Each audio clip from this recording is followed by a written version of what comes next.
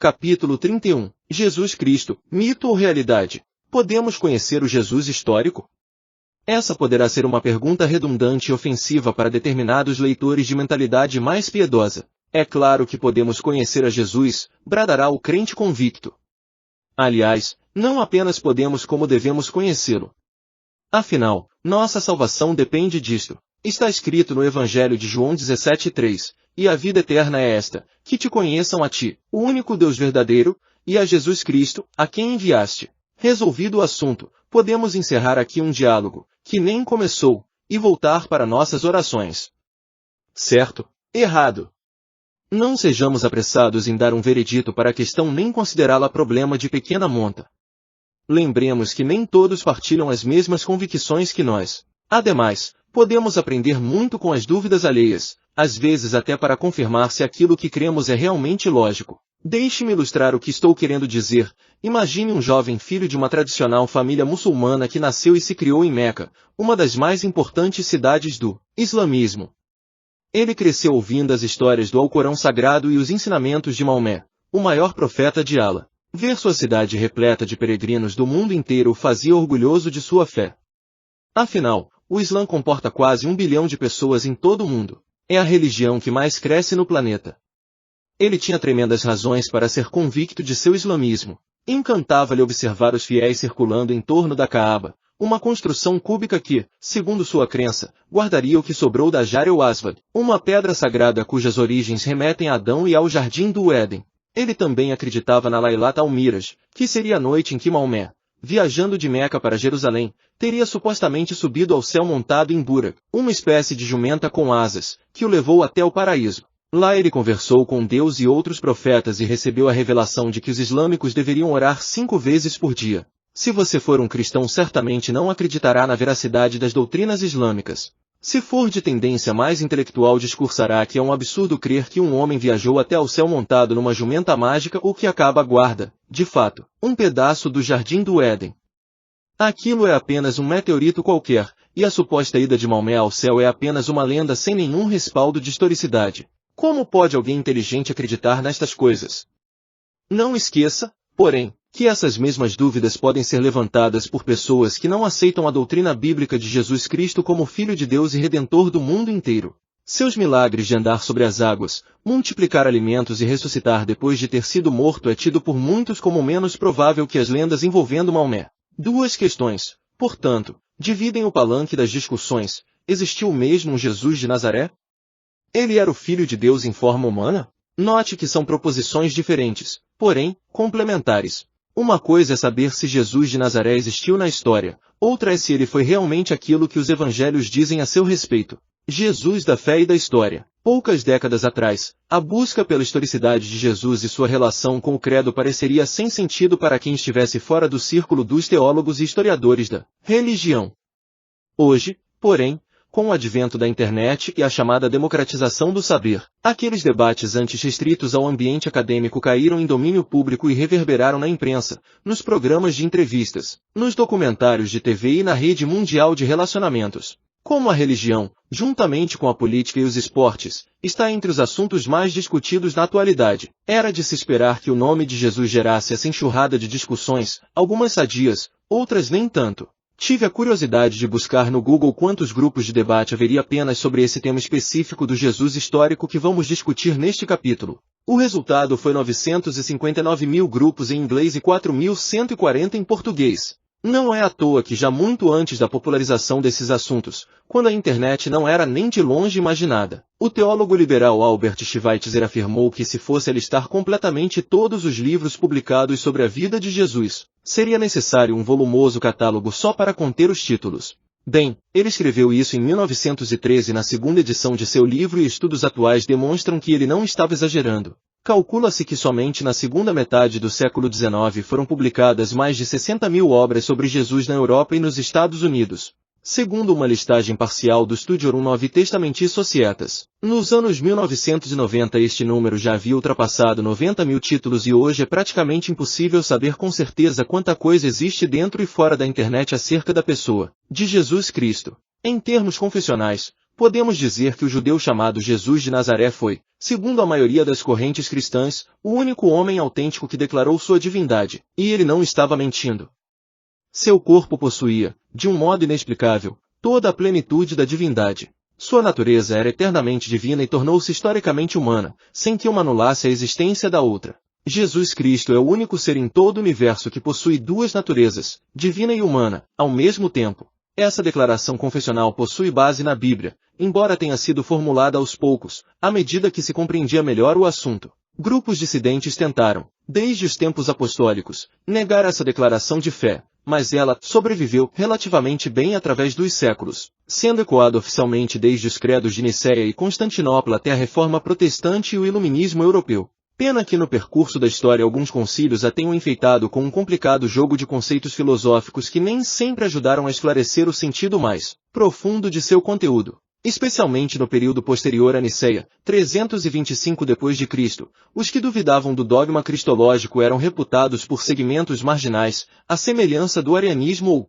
antes dele, dos vários grupos gnósticos que produziram os evangelhos apócrifos nunca reconhecidos pela Igreja. Todos os que negassem a divindade de Jesus eram relegados à condição de hereges, seguidores de seitas e servidores do diabo. Se um intelectual da Idade Média mostrasse desejo de encontrar maiores indícios da historicidade e divindade de Jesus, os teólogos imediatamente o confrontariam com o princípio agostiniano do fides credere, isto é, fé é crer, sem questionar, sem buscar maiores evidências senão aquelas já oferecidas pela autoridade eclesiástica. No contexto original da expressão, Agostinho escreveu que fé é crer no que não se vê, pois a recompensa dessa fé será ver aquilo no que se acredita. Est autem fides credere quod non dum vidis, cuius fidei merceis est videre quod credis. Hoje o cenário é diametralmente oposto.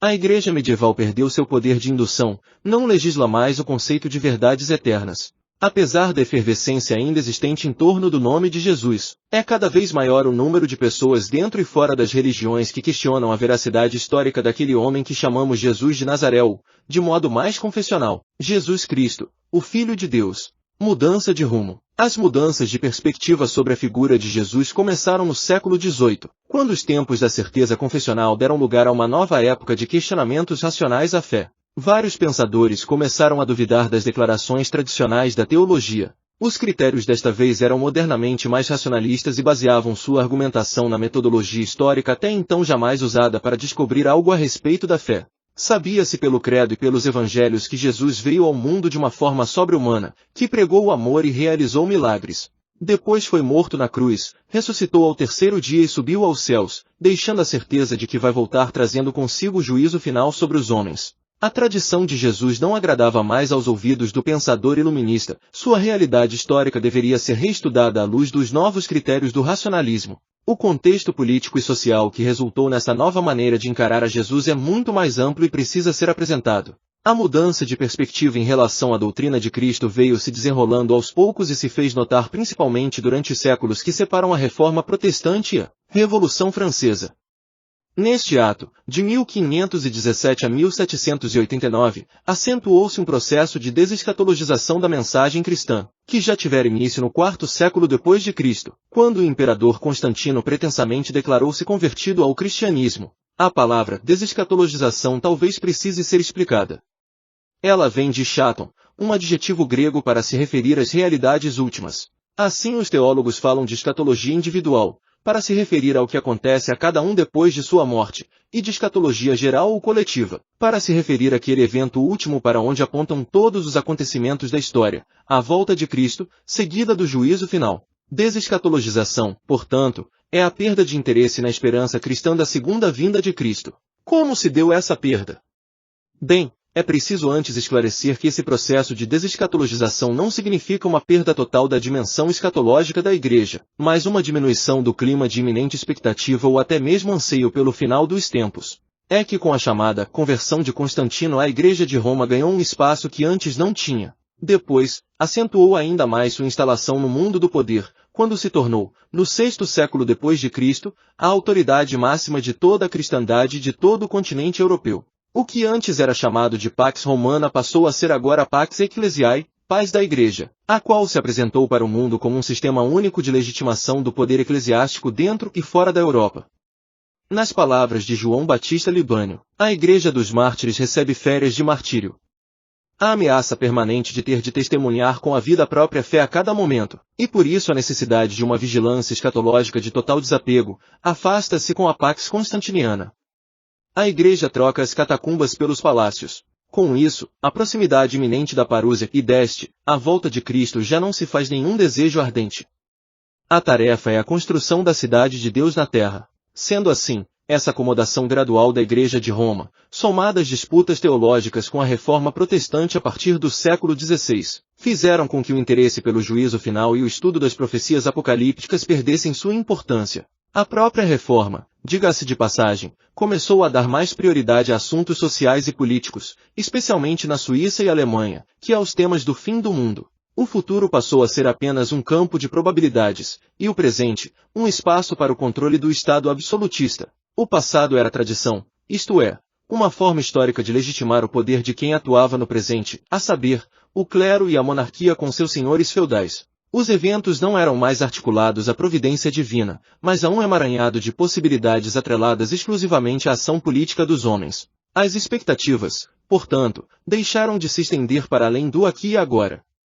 Não se vislumbrava muita coisa depois do daqui a pouco. A história era uma coleção de eventos passados e presentes sem nenhuma relação com o porvir predito por Deus. Então veio a Revolução Francesa e com ela a criação do conceito de progresso, que, embora descortinasse um horizonte mais além, misturava predições de anseio messiânico com prognósticos racionalistas e realidades previsíveis. A esperança na razão e não mais nas promessas divinas conduzia agora os novos rumos da humanidade. Novo conceito de história. A Revolução Francesa, como bem sabemos, foi fruto do discurso de intelectuais contrários à religião que motivaram o povo a expurgar por completo a imagem traumatizante de Deus, que por séculos lhes foi imposta. O problema desses intelectuais talvez não fosse a razão de sua revolta, mas o tom exagerado que deram a ela. A modernidade rejeitou as caricaturas de Deus juntamente com as verdades bíblicas acerca de sua pessoa. Como diz o velho adágio, jogaram fora a água suja, a bacia e o menino juntos. Não souberam separar o joio do trigo e terminaram negando importantes conceitos revelados por Deus, inclusive sua própria existência e sua revelação através de Jesus Cristo. A sociedade começou a respirar uma nova modalidade de interpretação da história que ecoava aqueles ideais escatológicos perdidos pela Igreja, porém sem a base bíblica que os sustentava. O horizonte era promissor, mas não havia nenhum Deus lá na frente. As pessoas passaram a ter uma percepção otimista da realidade, destituída da noção de providência divina. Foi-se a terrível Idade Média e o futuro não seria apenas novo, seria melhor. E quanto ao passado?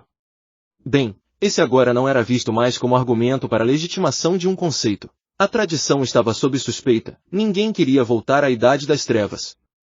O futuro era promissor, e o passado, sombrio. O que se foi tinha de ser analisado com cuidado não só para desmascarar as mentiras que foram contadas, mas também para impedir o retorno das lendas.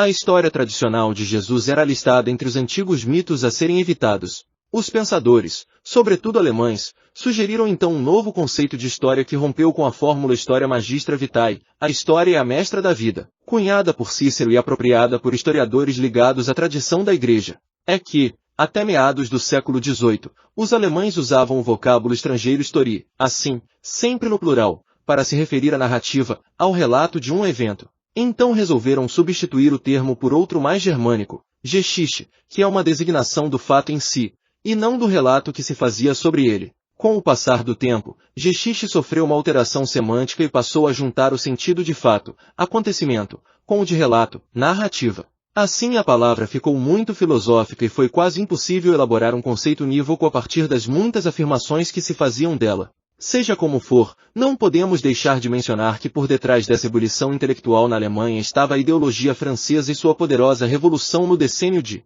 1789 a 1799, a emancipação dos poderes monárquicos e religiosos, a queda da Bastilha, a prisão do Papa Pio VI, a decapitação de nobres, clérigos e da própria família real em Paris formaram o ineditismo de os novos tempos que tomou toda a Europa de surpresa. Até a América foi atingida, afinal o que foi a independência dos Estados Unidos e também do Brasil senão o fruto de ideologias francesas? Todos esses acontecimentos também cunharam o modo dos alemães interpretarem a história. Nada podia se comparar aos eventos extraordinários que se seguiram a 1789. O homem finalmente se firmou como o agente dos acontecimentos, o único com capacidade de avaliar e modificar o curso da história. Nem mesmo Lutero conseguiu tamanha proeza. Então um novo conceito surgiu, o termo história voltou a ser usado para designar o fato literal, ocorrido. Geschichte seria a interpretação posterior, romanceada, que, embora não precise ser necessariamente um engodo, estaria longe de uma descrição exata do que realmente ocorreu. É um mito, um exagero que nada tem a ver com a realidade dos fatos. Desde o século XVIII, vários historiadores e teólogos começaram a trabalhar com esta nova percepção, mas quem finalmente a sugeriu como método para se pesquisar a vida de Jesus foi Martin Kahler em sua obra Der sogenannte historische Jesus und der Geschichtliche, Biblische Christus, publicada em 1892. O título é quase maior que o próprio livro, de apenas 50 páginas. Como é praticamente impossível traduzir em português a distinção precisa entre Historia e Geschichte, deixe-me dar um exemplo que talvez facilite a compreensão dos dois termos. Vou me basear na polêmica tese de alguns escritores que querem a todo custo corrigir o mito criado em torno da Inconfidência Mineira. Você certamente já viu os clássicos quadros de Tiradentes, o Mártir, pintados por ilustres artistas como Pedro Américo, Eduardo de Sá, Cândido Portinari e outros. Com uma ou duas exceções, todos mostram o herói inconfidente de cabelos e barbas longas, vestindo um roupão branco à semelhança de Jesus Cristo. Pois bem, de acordo com alguns especialistas, esta é uma imagem inventada, que chega a agredir a história real e a lógica dos fatos. Eles lembram que Tiradentes era militar e, como tal, não teria barba nem cabelo longos. Ademais, de acordo com os autos da época, ele teve sua barba e cabelos raspados no dia do seu enforcamento. Não usou nenhuma túnica branca e muito provavelmente não foi traído por um de seus seguidores. Todos esses elementos foram criados propositadamente pelos políticos para assemelhar Tiradentes a Cristo e fazer com que os que ouvissem sua história ouvissem sua imagem, sentissem profunda simpatia por ele. Afinal, o Brasil era um país de maioria cristã, e a República precisava de um herói para despertar a simpatia do povo. Embora a história registre a insurreição liderada por um dentista militar chamado Joaquim José da Silva Xavier, aquele Tiradentes, das pinturas a óleo, jamais existiu. O primeiro seria um personagem histórico, historiste, que realmente existiu. Já o segundo, das pinturas, um ser mitológico, geschichtliche, ou historial conforme um neologismo inglês sugerido por Heidegger. Assim temos no exemplo do Tiradentes real e do inventado a diferença entre historia e geschichte. Note que não se trata de história e história, pois o fato realmente aconteceu. O que estamos falando é de história real versus história romanceada, que se baseia num episódio verdadeiro, mas fabrica detalhes e contextos que jamais ocorreram. Tudo para tornar o relato mais belo e atrativo, convencendo pessoas a se apaixonarem por ele ou pela ideologia que ele representa. É o mesmo princípio usado pelas modernas técnicas de marketing, especialmente propaganda política, para maquiar a imagem de um produto, de uma marca ou de um candidato. Portanto, para os escritores liberais haveria um Jesus histórico, que realmente existiu, e um Cristo da fé, criado e mantido pela Igreja ao longo dos anos. Separar ambos era a tarefa principal de sua teologia. O questionamento dos teólogos liberais, mesmo antes de eclodir a Revolução Francesa ou de Kahler publicar suas ideias acerca de um Jesus histórico e outro historial, houve pelo menos um autor que preconizou os ventos da dúvida ao tratar da história de Jesus.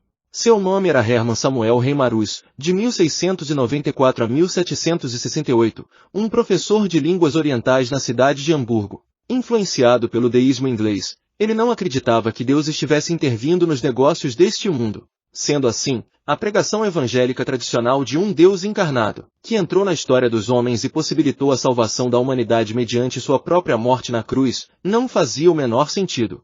Reimarus projetou uma enciclopédia de 4.000 páginas na qual pretendia reconstruir de modo científico uma nova versão para a história da religião cristã. Entretanto, foi apenas após a sua morte que a parte dedicada à vida de Jesus foi publicada anonimamente por um editor chamado G. Ephraim Lessing. O título proposital foi Wolfenbutteler Fragmente de 1774 a 1778, Fragmentos de um escritor anônimo, que em pouco tempo recebeu o apelido de Fragmentenstreis ou Fragmentos de Controvérsia. O texto não teve muitos seguidores a princípio e causou mais discussão política do que sobre Jesus propriamente dito. Aliás, é importante dizer que mesmo alguns teólogos liberais posteriores, como Johann Salomo Semler, de 1725 a 1791, considerado o pai do racionalismo alemão, julgaram infundadas muitas das teorias de Reimarus. Mesmo assim, é inegável que seus escritos tiveram bastante impacto sobre outros escritores quando o assunto do Jesus histórico se tornou objeto de debate entre os acadêmicos europeus. Reimarus não aceitava nenhum milagre, exceto a criação do mundo. Afinal, Para o deísmo, o Criador abandonou sua criação após tê-la concluído, logo, nenhum outro milagre foi operado depois disso. Num de seus excertos intitulado Von den Zweck Jesu und seiner Jünger, sobre a pretensão de Jesus e seus discípulos, ele afirmou que qualquer investigação crítica sobre a vida de Jesus Cristo deve manter a distinção clara entre o que Jesus realmente fez e ensinou em sua vida e aquilo que foi narrado pelos apóstolos em seus escritos.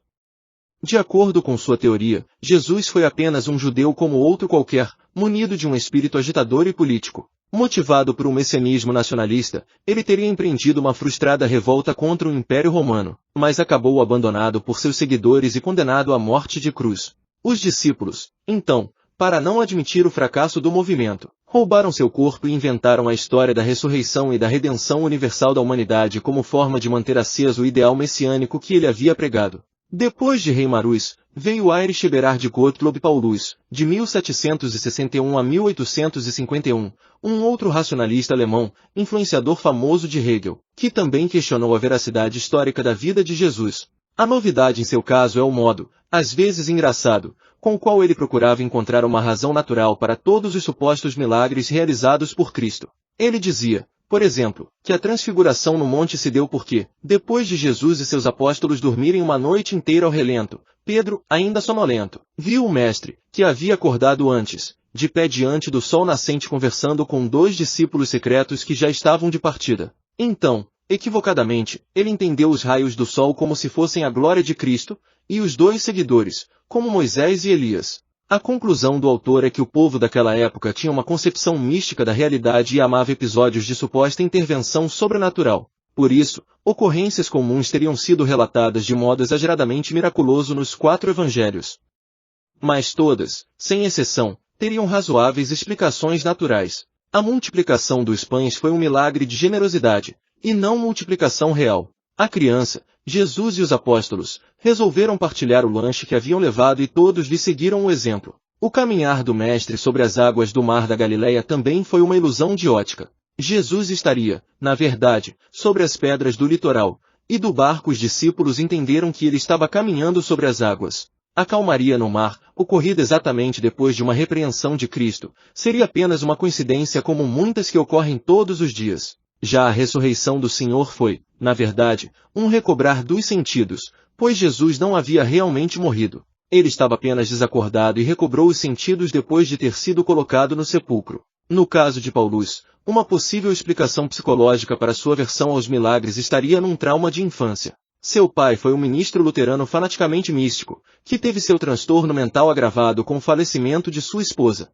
Ele dizia conversar com os mortos e obrigava os filhos a confirmarem suas supostas experiências sobrenaturais. A igreja de Leuberg, em que ele era pastor, teve de destituí-lo de suas funções e Paulus, ainda jovem, sofreu bastante com tudo isso. Talvez aí esteja a razão de seu agressivo combate a toda e qualquer interpretação histórico-literal dos milagres operados por Cristo. Embora partisse de pressupostos contrários ao racionalismo tanto de Reimarus quanto de Paulus, um outro escritor, Friedrich Ernst Schleiermacher, de 1768 a 1834, também apresentou em 1832 uma interpretação desconcertante acerca de Jesus Cristo. Ele via o jovem pregador da Galileia como apenas um homem comum com a consciência de ser divino, algo que todos, em tese, podem efetivamente possuir. Além disso, Schleiermacher não admitia espaço para a ressurreição, nem a morte expiatória do Filho de Deus. Para ele, Jesus só nos vale por modelo enquanto consciente da concepção de Deus e do controle deste sobre sua vida. Outras posições. David Friedrich Strauss, de 1808 a 1874,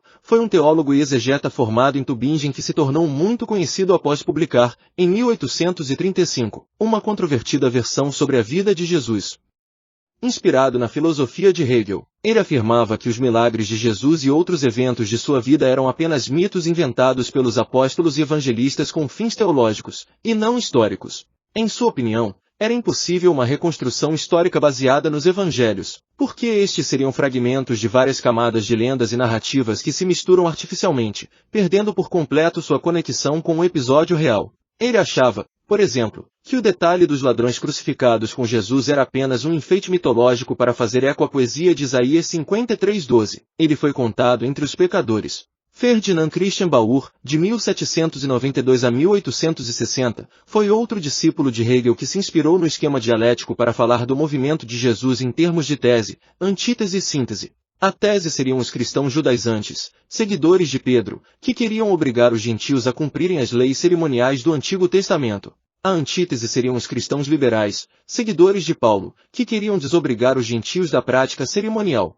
E, finalmente, a síntese seria a Igreja, que, através dos evangelhos, todos posteriores ao segundo século, tentaria uma conciliação entre as duas vertentes cristãs. O historiador e teólogo Bruno Bauer, de 1809 a 1882, lançou, em 1840, o livro Kritik der evangelischen Geschichte des Johannes, crítica à historicidade do Evangelho de João, no qual complementava a teoria de Bauer dizendo adicionalmente que o Evangelho de João era uma síntese produzida a partir das mitologias judaica, grega e romana. Ele também era discípulo de Hegel, e até Karl Marx o criticou por ser muito espiritualista, idealista e nem um pouco histórico. Com uma ou outra variação temos ainda Johann Gottfried Schorner, 1752-1827, Ernest Renan, de 1823 a 1892, William Wrede, de 1859 a 1906, Alfred Lois, de 1857 a 1940, e outros com suas tentativas diversas de mostrar quem era realmente Jesus e o que importava conhecer a respeito dele.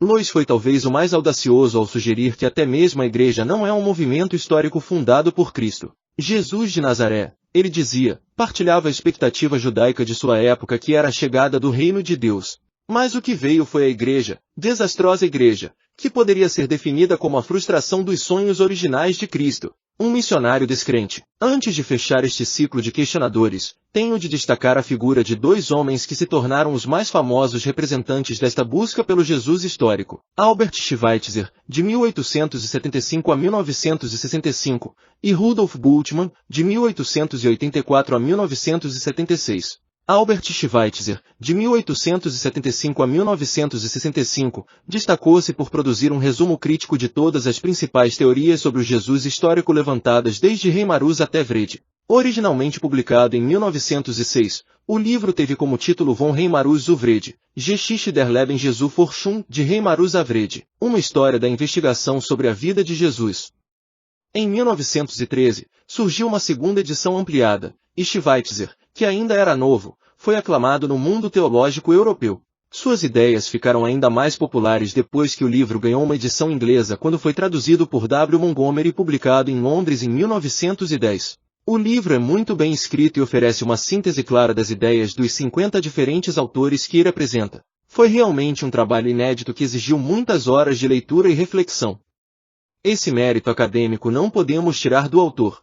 Foi uma leitura crítica que apresentava elogios a algumas abordagens e severas críticas a outras. De um modo geral ele observou, neste ponto corretamente, que aqueles intelectuais estavam tão obcecados em descobrir o Jesus histórico, distinto do Cristo da fé, que não passaram nem perto de cumprir com seu objetivo.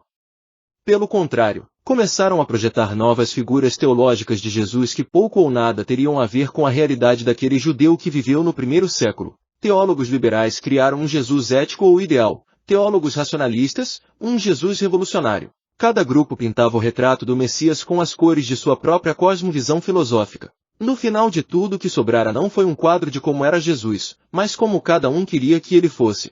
Schweitzer parecia estar indo no rumo certo. Era um homem inteligente que além de teologia era formado em medicina e tocava órgão como ninguém. Chegou a abandonar a confortável vida em Estrasburgo para dedicar-se a obras de assistência social como médico missionário na África. Construiu um hospital para carentes e foi agraciado em 1952 com o Prêmio Nobel da Paz devido às suas atividades humanitárias. Conta-se que um missionário que visitou certa vez a ex-colônia francesa do Gabão se surpreendeu ao ouvir de um nativo um curioso depoimento sobre o Dr. Schweitzer. O missionário estava tentando evangelizar o homem falando-lhe de como Jesus era bondoso com os enfermos e como tratava bem as pessoas. O nativo então lhe interrompeu. Conheço esse homem, mas, pelo que eu saiba, o nome dele é Dr. Albert Schweitzer. É claro que é difícil saber se episódios assim são reais ou lendários.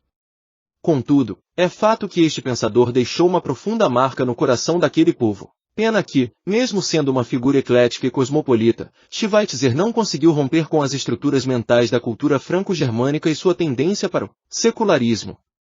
Ele quis colocar a religião sobre uma base racional e usou o materialismo como critério para discernir a superioridade de um pensamento. Tanto é que, embora se movesse de íntima compaixão pelos nativos africanos, considerava-os infantis por manterem sua fé religiosa mesmo diante dos piores sofrimentos. Para ele religião era apenas ética social e preservação da vida, nada mais. No final percebe-se que seu livro termina com uma proposta que, olhando externamente, poderia ser colocada na mesma categoria das reconstruções do Jesus histórico que ele questionou. Schweitzer dizia que Jesus era apenas um religioso equivocado que compartilhava as ideias escatológicas do judaísmo de seu tempo. Ele acreditou erroneamente que era o Messias e com base nesta ilusão pregou a chegada iminente do reino. Como este não veio, pensava Schweitzer, Jesus decidiu virar um mártir de sua própria causa, pois pensava que assim poderia ter uma intervenção divina em seu favor. Então provocou a ira dos romanos e foi pendurado na cruz. Mais uma vez frustrado ele questiona, Deus meu, por que me desamparaste? Concluindo em suas próprias palavras, o Jesus de Nazaré que se apresentou em público como Messias, que pregou a ética do reino de Deus, que fundou o reino do céu na terra e morreu para conferir uma consagração final à sua obra, jamais existiu. Esta imagem foi traçada pelo racionalismo, revivificada pelo liberalismo e revestida pela teologia moderna com roupagens históricas. O interessante, porém, é que Schweitzer dizia admirar esta figura lendária de Jesus e procurava fazer dela seu próprio modelo de vida. Isso ele dizia, primeiro por causa da firmeza de Jesus em crer no que pregava e não desistir de sua crença mesmo em face da morte e da não realização de seu reino. Segundo, porque Jesus foi coerente com o que falou não negando sua mensagem diante dos líderes que estavam para condená-lo. No final, o livro de Schweitzer termina apresentando uma nota de profunda devoção cristã que ele diz tê-lo acompanhado até o final de sua vida como médico missionário e filantropo na África tropical. Confesso que é difícil, para mim, conjugar o estilo humanitário de Schweitzer com as ideias tão estranhas que esposava sobre Cristo. Porém devo lembrar, como diz uma canção evangélica, que Deus é Deus e eu não sou. Vamos deixar Deus ser Deus, compete a Ele conhecer o coração das pessoas, não a mim. Ademais, é difícil julgar todos os motivos por detrás de um raciocínio humano e não nos compete julgar a pessoa de Schweitzer uma vez que, se aceitarmos mesmo a veracidade bíblica, reconheceremos que este julgamento compete exclusivamente a Deus. Não obstante, podemos sim analisar suas ideias e nos posicionar diante delas e de todas as outras até aqui apresentadas. Isso faremos ao longo deste livro. O Jesus mitológico de Rudolf Bultmann, de 1884 a 1976, é uma estranha combinação de dogma teológico com ceticismo histórico. Ele não afirmava categoricamente, como Schweitzer, que Jesus era um pregador apocalíptico. Pelo contrário, ele até acreditava que Jesus foi um homem que viveu e morreu no primeiro século, mas que nada podemos saber de sua história real, porque os únicos documentos que poderiam contá-la, e os evangelhos, não tinham nenhum interesse em fazê-lo. Sua intenção era teológica, e não historiográfica. Uma historiografia de Jesus Cristo. O estudante que inicia uma investigação histórica sobre a pessoa de Jesus de Nazaré poderá se sentir frustrado, a princípio, em vista da escassez de material extrabíblico de que dispomos sobre sua pessoa. Todos nós, de certa forma, esperávamos que, em vista do movimento universal que surgiu por causa do nome de Cristo, a sua passagem pela história fosse algo que deixasse marcas indeléveis na história secular. Afinal, o próprio calendário moderno é demarcado pelo seu nascimento, antes de Cristo e depois de Cristo. Mas as fontes seculares de nossa informação são surpreendentemente limitadas. Entre os motivos pelos quais Jesus foi pouco ou quase nunca citado nas obras extrabíblicas podemos supor os seguintes. A. O ministério limitado do Nazareno. Até onde podemos saber, o roteiro de pregações de Jesus se resume a uma estreita faixa de mais ou menos 200 quilômetros de extensão, por 70 quilômetros de largura, um território deveras pequeno que poderíamos cobrir em poucas horas numa moderada viagem de automóvel. É deveras dramático que haja em nossos dias tantos autores sensacionalistas que tentam fazer dinheiro vendendo histórias de uma pretensa ida de Jesus à Índia antes e depois dos 3 anos e meio de ministério. Isso, contudo, é outro assunto que foge à presente discussão. Pelo relato dos evangelhos, foram algumas regiões circunvizinhas como a Síria e Decápolis. O único país distante de Israel que certamente Jesus visitará foi o Egito, mesmo assim quando era recém-nascido em companhia de seus pais. Portanto, foi apenas a partir das viagens de Paulo que a propagação do nome de Cristo tornou-se mais difundida. B. Há muitos documentos antigos que se encontram perdidos. Uns foram completamente destruídos, como os mais de 700.000 manuscritos da Biblioteca de Alexandria pelo califa Omar em 641. Outros encontram-se apenas desaparecidos esperando algum golpe de sorte que nos permita encontrá-los, como os rolos de Corão descobertos acidentalmente em 1947. Assim, não é improvável que houvesse mais coisas escritas sobre a pessoa de Jesus, mas que estão retidas na poeira do tempo. Aliás, é até possível que algumas anotações documentais do movimento de Cristo também tenham sido destruídas no incêndio provocado por Nero que arruinou a cidade de Roma com muitos de seus arquivos em 66 d.C. Jesus não foi oficialmente reconhecido em seu tempo. Aliás, nisto ele não é único. Nós, humanos, não temos o costume de valorizar os grandes gênios enquanto estão vivos entre nós. Apenas nos limitamos a apreciar, ou em alguns casos idolatrar, os mitos que se criam sobre sua pessoa depois que vão embora. Hoje, Einstein é convencionalmente citado como a mais brilhante mente do século XX.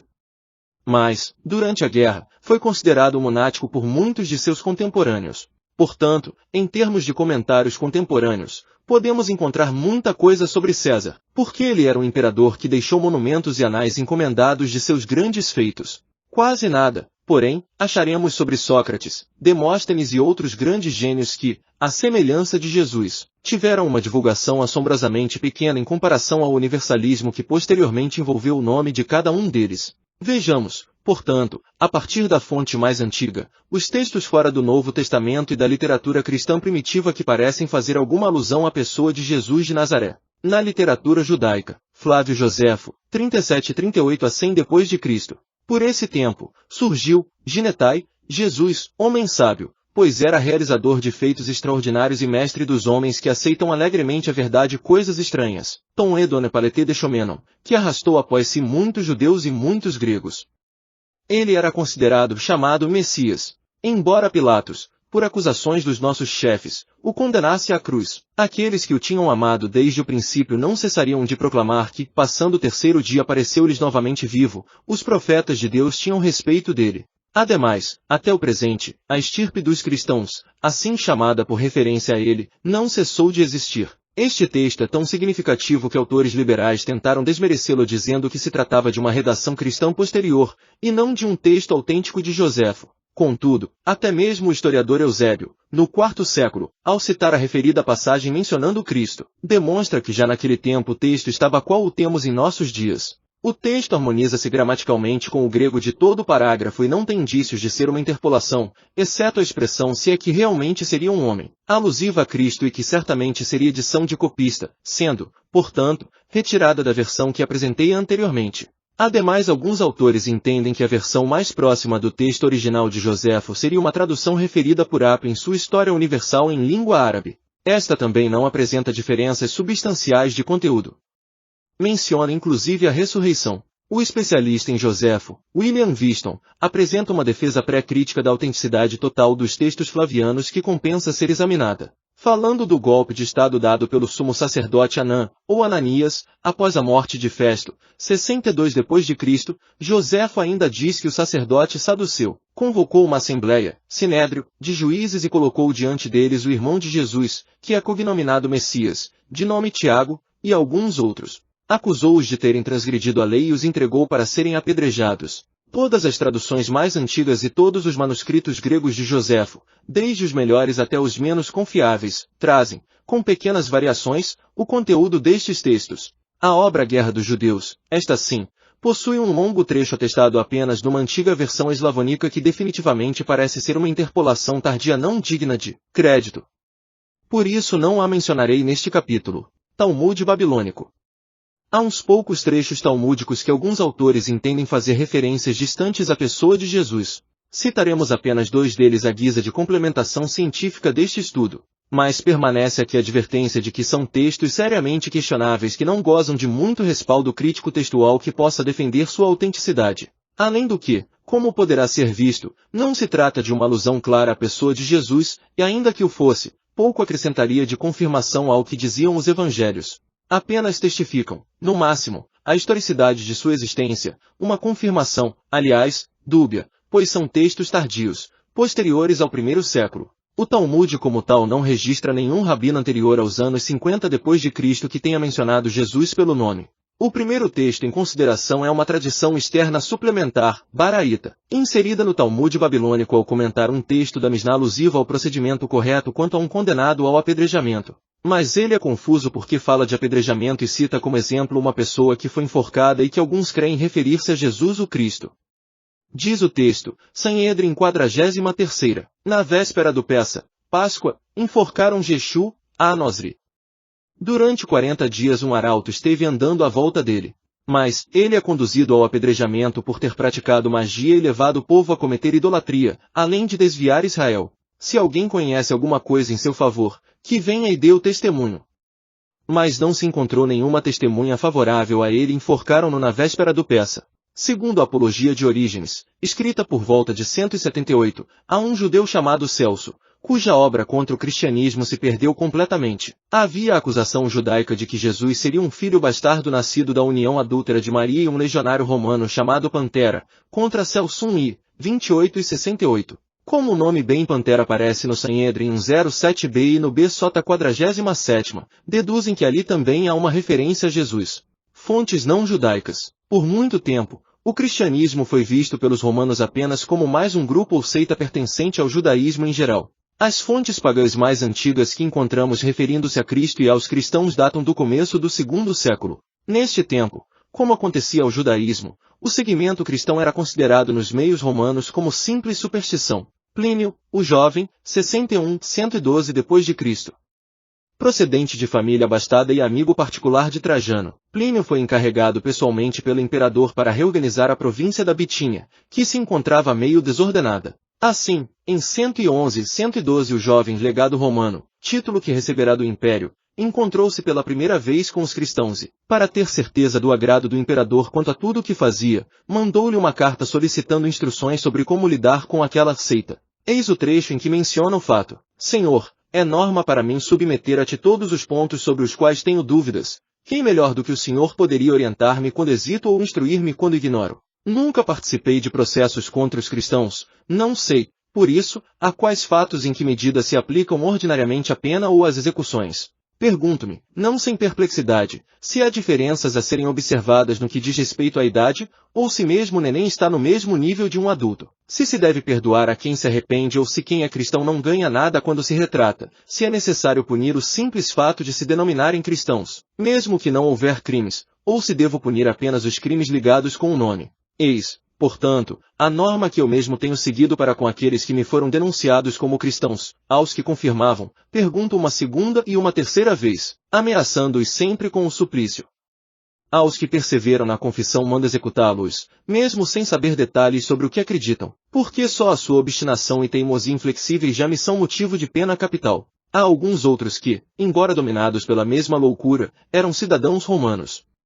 Quanto a estes eu apenas anotei a ocorrência e os enviei para Roma. Como acontece em casos semelhantes, estendendo-se a acusação no processo do inquirimento, logo se apresentam diferentes casos. Foi afixada uma lista anônima, relacionando vários nomes denunciando pessoas que seguiam a seita. Aos que negavam ser cristãos, quer no presente ou no passado, se invocassem os deuses segundo as palavras que eu ia ditando e se sacrificavam vinho e incenso. Diante da tua imagem que eu mandava trazer, além de tudo isso, se blasfemavam o nome do Cristo, coisas que, segundo se diz, nenhum cristão legítimo faria. Pensei que poderia deixá-los ir. Havia ainda outros cujo nome também estava na denúncia feita pelo delator e que confessaram terem, de fato, sido cristãos, mas que abandonaram a seita, uns há 3 anos, outros há mais tempo, até 20 anos. Todos estes adoraram a tua imagem e as imagens dos deuses e blasfemaram o Cristo. De resto, disseram-me que toda a falta deles, ou seu erro, limitava-se a um costume de se reunirem num dia fixo,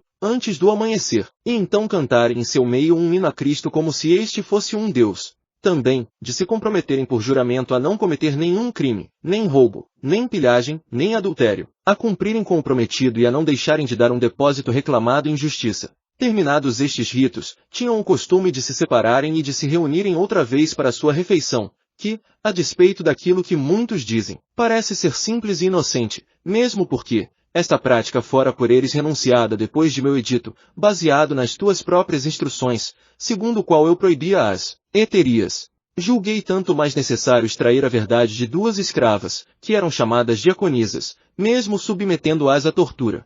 Tudo o que encontrei foi uma superstição insensata e exagerada. Devido a tudo isso, resolvi interromper o procedimento contra os cristãos e solicitar teu parecer. Julguei que a questão mereceria que eu ouvisse sua orientação, principalmente, devido ao grande número dos acusados. Há uma multidão de pessoas de todas as idades, de todas as classes e dos dois sexos que está ao ser posta em perigo. Não somente nas cidades, mas também nos vilarejos e nos campos espalhou-se o contágio desta superstição.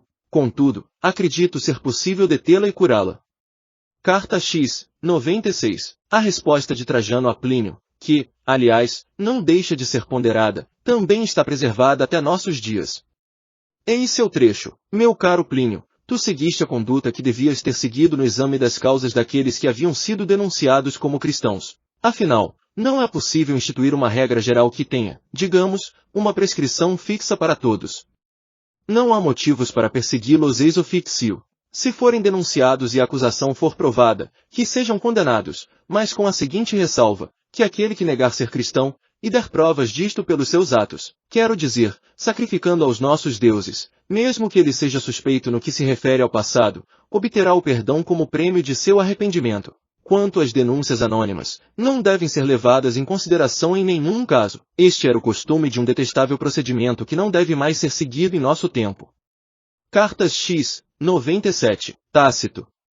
Descrevendo por volta do ano 115 o incêndio de Roma em 64 d.C., este historiador fala da perseguição de Nero aos cristãos e menciona o nome de Cristo, que, para seu entendimento, não era um título, mas um nome próprio. Nenhum esforço humano, nem o poder do imperador, nem as cerimônias para aplacar a ira dos deuses faziam cessar a opinião infame de que o incêndio de Roma havia sido mandado. Por isso, com vistas a abafar o rumor, Nero apresentou como culpados e condenou à tortura aquelas pessoas odiadas por sua própria torpeza, que a população chamava de cristãos. Tal nome vem de Cristo, que no Principado de Tibério, o procurador Pôncio Pilatos entregou ao suplício. Reprimida na ocasião, essa execrável superstição fez-se irromper novamente, não só na Judéia, berço daquele mal, mas também em Roma, para onde converge e onde se espalha tudo o que há de horrendo e vergonhoso no mundo. Começou-se, pois, por perseguir aqueles que confessavam, depois, por denúncia deles, uma multidão imensa, e eles foram reconhecidos culpados, menos do crime de incêndio, à sua execução acrescentaram zombarias, cobrindo-os com peles de animais para que morressem devido à mordida de cães de caça, ou pregavam-lhes em cruzes, para que, após o fim do dia, fossem usados como tochas noturnas e assim consumidos. Anais, 15, 44. Suetônio, 69, 122. Outro historiador romano, apresenta por volta de 120 d.C., dois registros históricos, um da vida de Cláudio, o outro da vida de Nero, nos quais ele menciona algo que pode ser uma referência a Cristo. No primeiro texto ele comenta a expulsão dos judeus de Roma por volta do ano 49, confira Atos 18:2, durante o reinado de Cláudio e ali menciona uma estreita ligação entre os judeus, e um certo Cresto, que poderia ser uma grafia errada do nome de Cristo.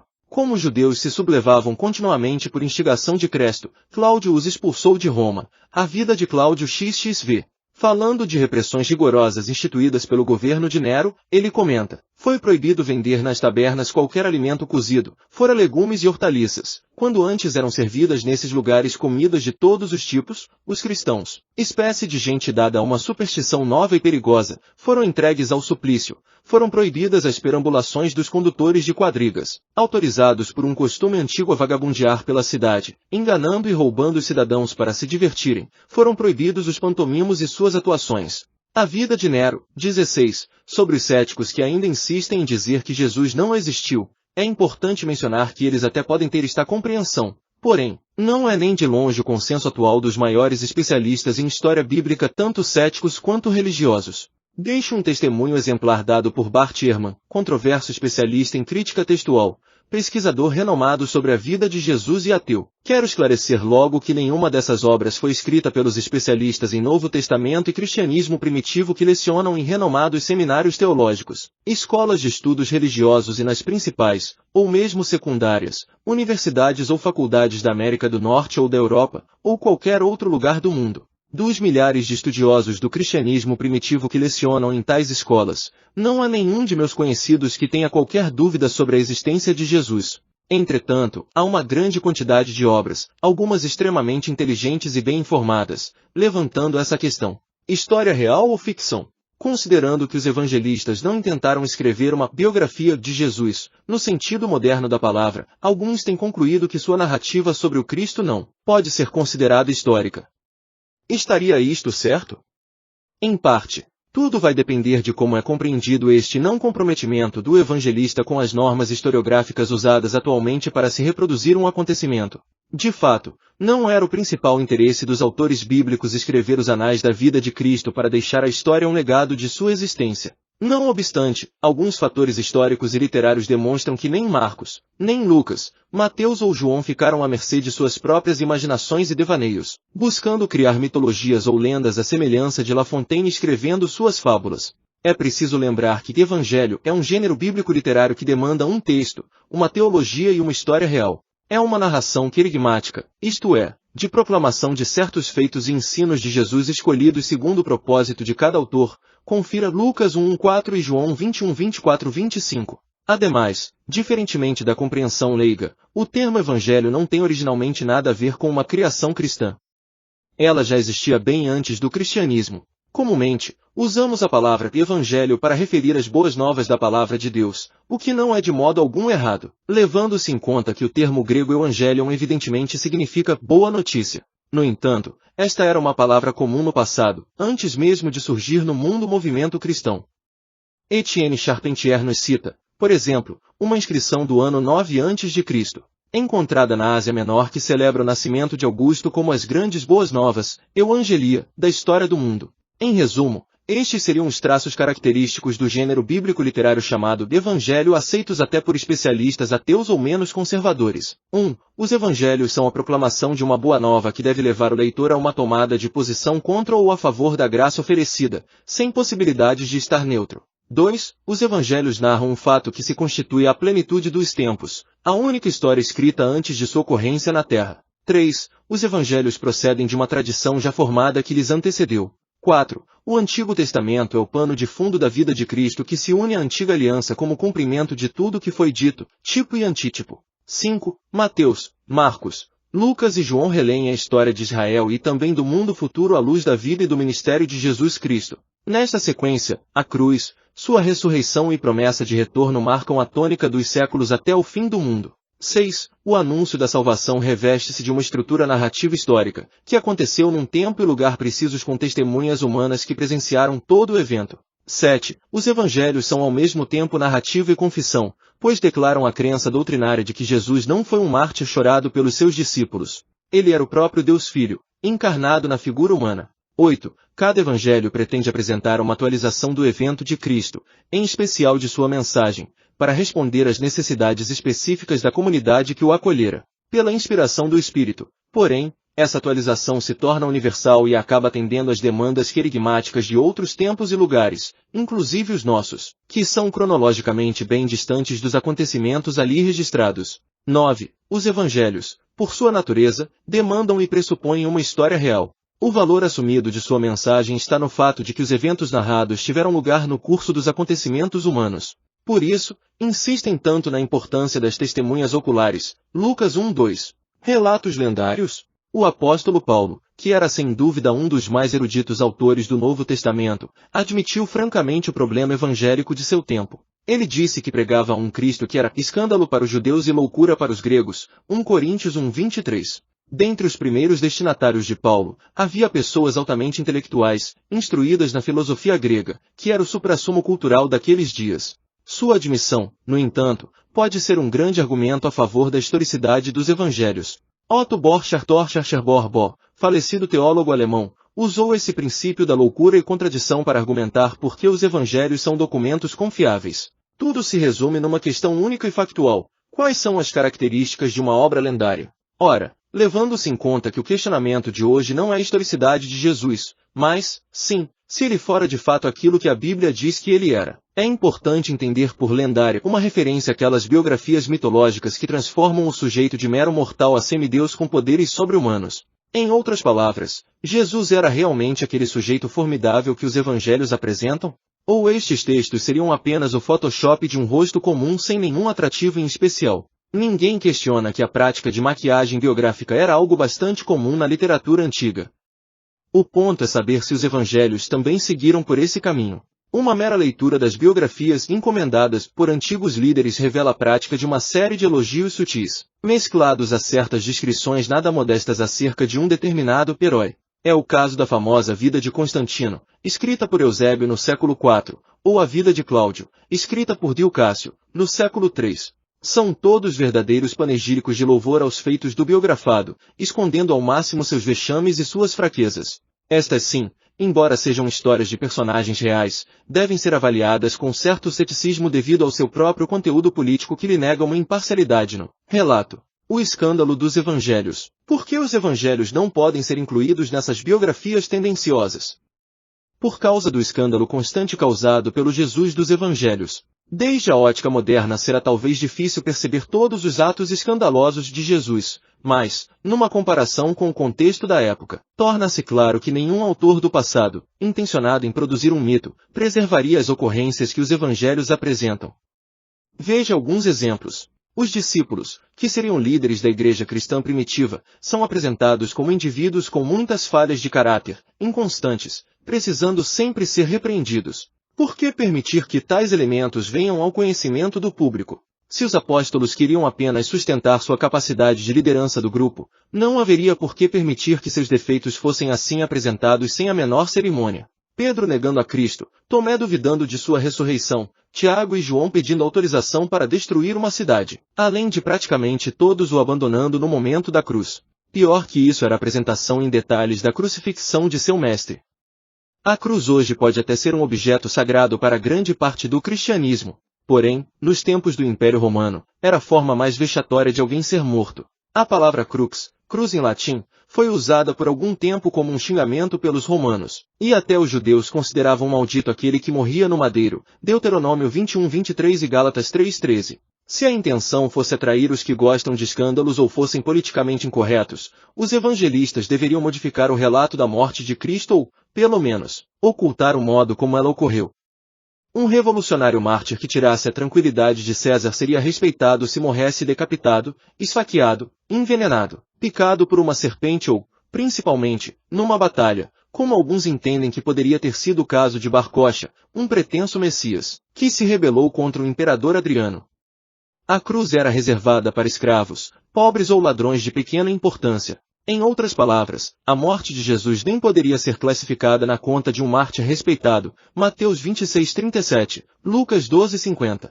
Durante uma defesa feita por Cícero no ano 63 a.C., um senador romano chamado Rabirius disse: quão grave seria ser desgraçado publicamente por uma corte, quão grave seria sofrer um castigo, quão grave seria ser banido. Mesmo assim, ainda em meio a um desastre, gozaríamos certo grau de liberdade. Mesmo se formos condenados à morte, podemos morrer como homens livres. Mas, a simples menção da palavra cruz deveria ser removida não apenas da pessoa de um cidadão romano, mas até mesmo de seus pensamentos, olhos e ouvidos. A simples menção dela é um desrespeito a qualquer cidadão romano ou homem livre. Rab. Perd. 16. O dramaturgo Sêneca, 4 a.C., 65 d.C., escrevendo a seu amigo Lucilius, argumentava que preferia o suicídio à morte de cruz, Epístola 101. Assim, a ênfase que os evangelhos dão à cruz de Cristo, João diz que ali ele foi glorificado, não faz nenhum sentido, a menos que fosse história real, pois uma propaganda biográfica traria coisas acerca de Cristo que agradariam às multidões. Não era esse o perfil do Cristo que os judeus esperavam ou que os não-judeus aceitariam de bom grado. Jesus humano. Como se não bastasse a vergonha de morrer crucificado, os momentos finais de Jesus envolvem dois elementos desconcertantes na biografia de um herói: a relutância e o medo que ele demonstrou. Jesus, embora submisso, não parece aceitar naturalmente o destino que lhe estava reservado. Tal comportamento contrasta em muito com o famoso martírio de Sócrates. O filósofo grego, na hora de morrer, brinca com a própria sorte e até parece ansiar por aquele momento. Jesus, por sua vez, encontra-se apavorado e não esconde sua angústia ao dizer: Pai, se possível afasta de mim esse cálice. Note que os evangelhos não omitem o medo e a relutância humana de Cristo. Eles descrevem a angústia de seu Messias em cores vivas, mesmo que isso soasse uma covardia para quem lesse ou ouvisse o episódio. Odisseu dizia dos grandes heróis que, ainda que fossem perseguidos pelos deuses, não temeriam a nada, nem vacilariam diante da morte. Sófocles dizia que os nobres morrem gloriosamente. Enfim, um Jesus Cristo judeu, que, em pleno Oriente Médio do primeiro século, conversa com mulheres de vida duvidosa, toma criancinhas no colo, manda tolerar os romanos e morre vergonhosamente numa cruz, era um grande escândalo. Esses e outros detalhes de sua vida formariam uma propaganda mais repulsiva que atrativa, do ponto de vista político-ideológico. Logo, não é possível concluir que os autores do Novo Testamento, em especial os evangelistas, estivessem intencionados em fabricar uma imagem atrativa de Jesus apenas para angariar a simpatia do grupo. Veja que não se tratava de criar uma imagem politicamente incorreta com o fim de atrair pelo escândalo, pois o Cristo dos Evangelhos também não possuía nenhuma característica revolucionária que se identificasse com grupos radicais ou pessoas de mente rebelde.